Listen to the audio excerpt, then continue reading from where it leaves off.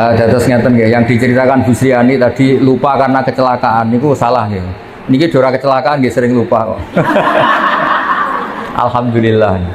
Lupa itu berkah. Kalau sampai ingat terus masa lalu, eling diutang, wah malah ra bahagia nih. Eling bojomu tahu darani sampean macam-macam terus baliknya itu bisa trauma semua orang kalau nggak punya lupa itu bisa apa? Trauma semua. Pokoknya eling mantan terus malah rusak kabeh. Jadi lupa itu bagian dari berkah. Ya lupa itu bagian dari apa? Berkah. Makanya ada al-insan makhlul khotok wanisya. Jadi manusia itu tempat lupa. Jadi kalau nggak lupa malah apa? Malah bahaya. Itu ada seorang suami istri nggak lupa terus. Harusnya saya tidak dapat kamu, dulu mantan saya lebih tampan. Yang suaminya bilang harusnya saya sudah dapat kamu, mantan saya lebih cantik. Itu bahaya. Itu orang nggak, itu gara-gara nggak apa? Nggak lupa. Jadi maka bahagialah bangsa yang sering lupa. Loh coba kalau nggak lupa itu repot. Coba kalau Indonesia tuh orang Indonesia ingat kalau negara ini punya utang banyak, bahagia enggak? Berkahnya lupa ya sudah baik-baik saja. Mulai zaman awal ada Indonesia sampai sekarang utang banyak ya baik-baik saja. Saking banyaknya rahmatnya Allah Subhanahu wa ta'ala. Jadi gini Bu Sriani ya, ada ijazah ini sekaligus saya ijazahkan jenengan. Ibadah itu mulai dulu dari kita, apapun benarnya menurut fikih sebetulnya tidak pernah ideal menurut Allah Subhanahu wa ta'ala. Meskipun secara fikih kita benar. Karena pasti ada hal-hal yang kita tidak benar.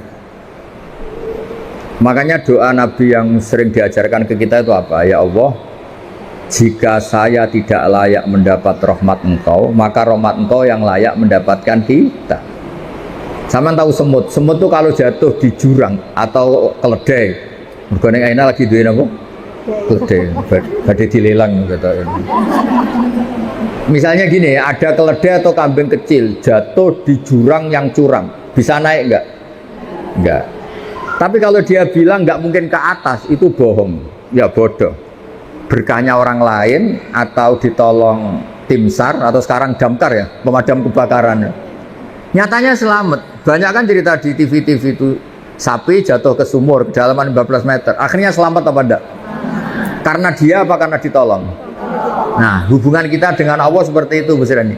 Mungkin amal kita tidak ideal, tidak benar, tapi rahmat Allah yang akan menolong kita. Makanya doanya itu ya Allahumma illam akun ahlan an ablugha rahmataka farahmatuka ahlun an tablughani.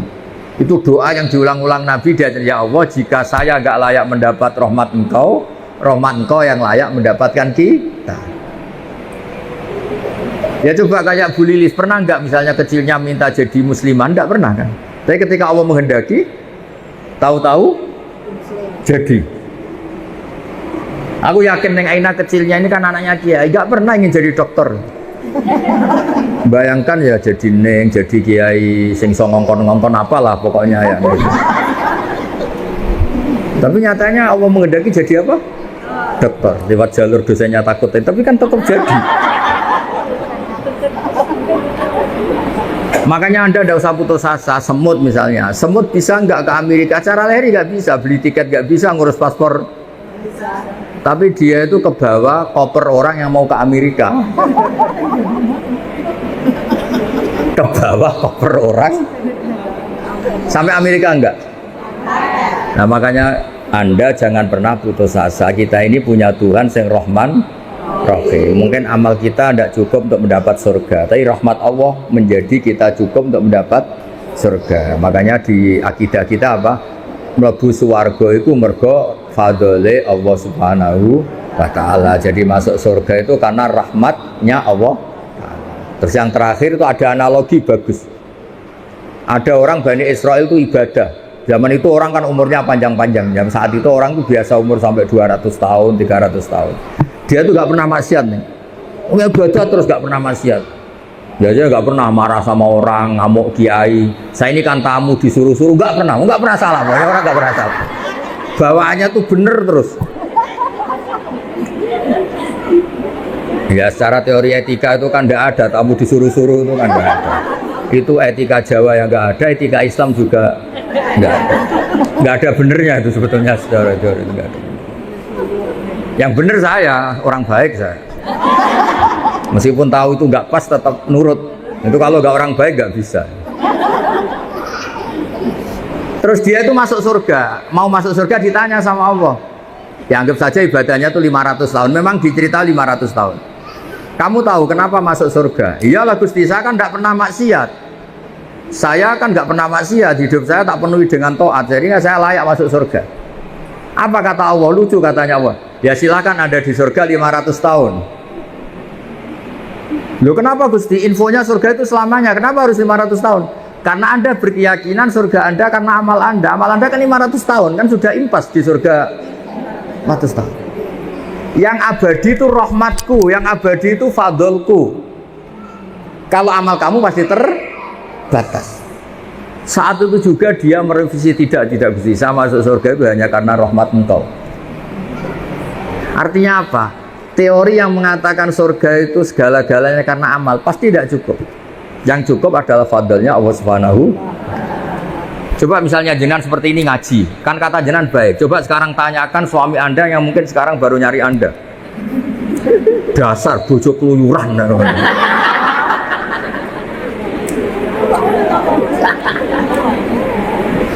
Jangan tanya Bu Neng Aina karena diuntungkan jenengan datang. Terus kayak bunyai tenan keren. Tanyakan anak kamu yang mungkin sekarang berharap Anda bikinkan mie. Terus tak tanya, ibu kamu kemana? Bilangnya ngaji apa keluyuran? Ngaji. Terus dia tanya, baik apa enggak? Baik apa? Saya terlantar gitu. Jadi ada sisi baik sosial itu. Makanya di kitab Hikam itu ada keterangan. Manusia itu apa? Orang yang ketika baik saja buruk, apalagi ketika buruk. Misalnya jenengan punya toko laris manis. Prestasi apa enggak? Tanya toko sebelah. Anda naik pangkat, baik. Tanyakan yang kamu langkai. Jadi asal ilmu sosial itu tetap ada masalah yang menyertainya. Makanya pernah ada orang tanya ke saya, orang kaya, Gus doain saya ini jadi orang kaya raya, nanti saya ngerawat 1000 anak yatim. Dasar orang kaya bodoh kata saya. Kok bisa Gus? Itu kalau Allah menyembadani doa kamu harus bunuh 1000 bapak. Karena untuk menjadi yatim bapaknya harus mati dulu.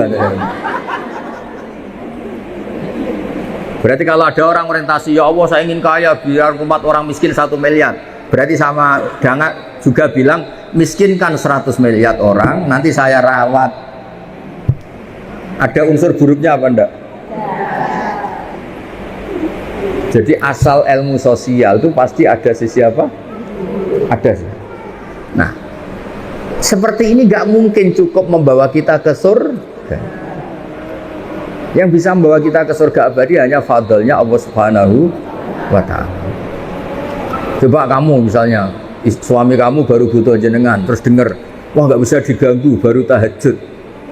Bagi suami kamu itu problem apa ibadah? Problem. Wah sekarang istri saya nggak suka tidur sama saya, sukanya tahajud. Dianggap problem apa? Baik. Problem. Kamu punya utang, waya nyaur, nggak nyaur ke bank bayar malah tahajud atau duha. Tanyakan pegawai bank. Jadi selagi di dunia itu tidak bisa. Makanya harus kita yakini kita bisa begini karena Allah Rahman Rahim. Ya sudah kita melakukan suatu sesuai prosedur fikih, tapi yang menjadikan semuanya baik-baik saja karena Allah Rahman. Indonesia itu harusnya sudah bangkrut mulai dulu. Dijajah bareng latihan bernegara ya gini sampai gini. Tapi berkatnya Allah Rahman Rahim ya baik-baik saja. Diumumkan hutang negara banyak, yang nonton ya tenang, udah tahu jadi. Itu tidak hanya hutang negara, kita hutangnya juga banyak, tenang. Sehingga kita jadi bangsa yang kuat. Itu ya kabeh fadhole Allah Subhanahu. Ya jadi jelas ya tadi orang itu yakin ibadahnya yang menjadikan masuk dia surga. Terus sama Allah, ya sudah kamu di surga tapi 200 tahun saja, 500 tahun saja. Kenapa Gusti? Katanya surga selamanya. karena amal kamu terbatas, sehingga pahalanya juga harus terbatas. Yang tidak terbatas itu fadl saya, rahmat saya.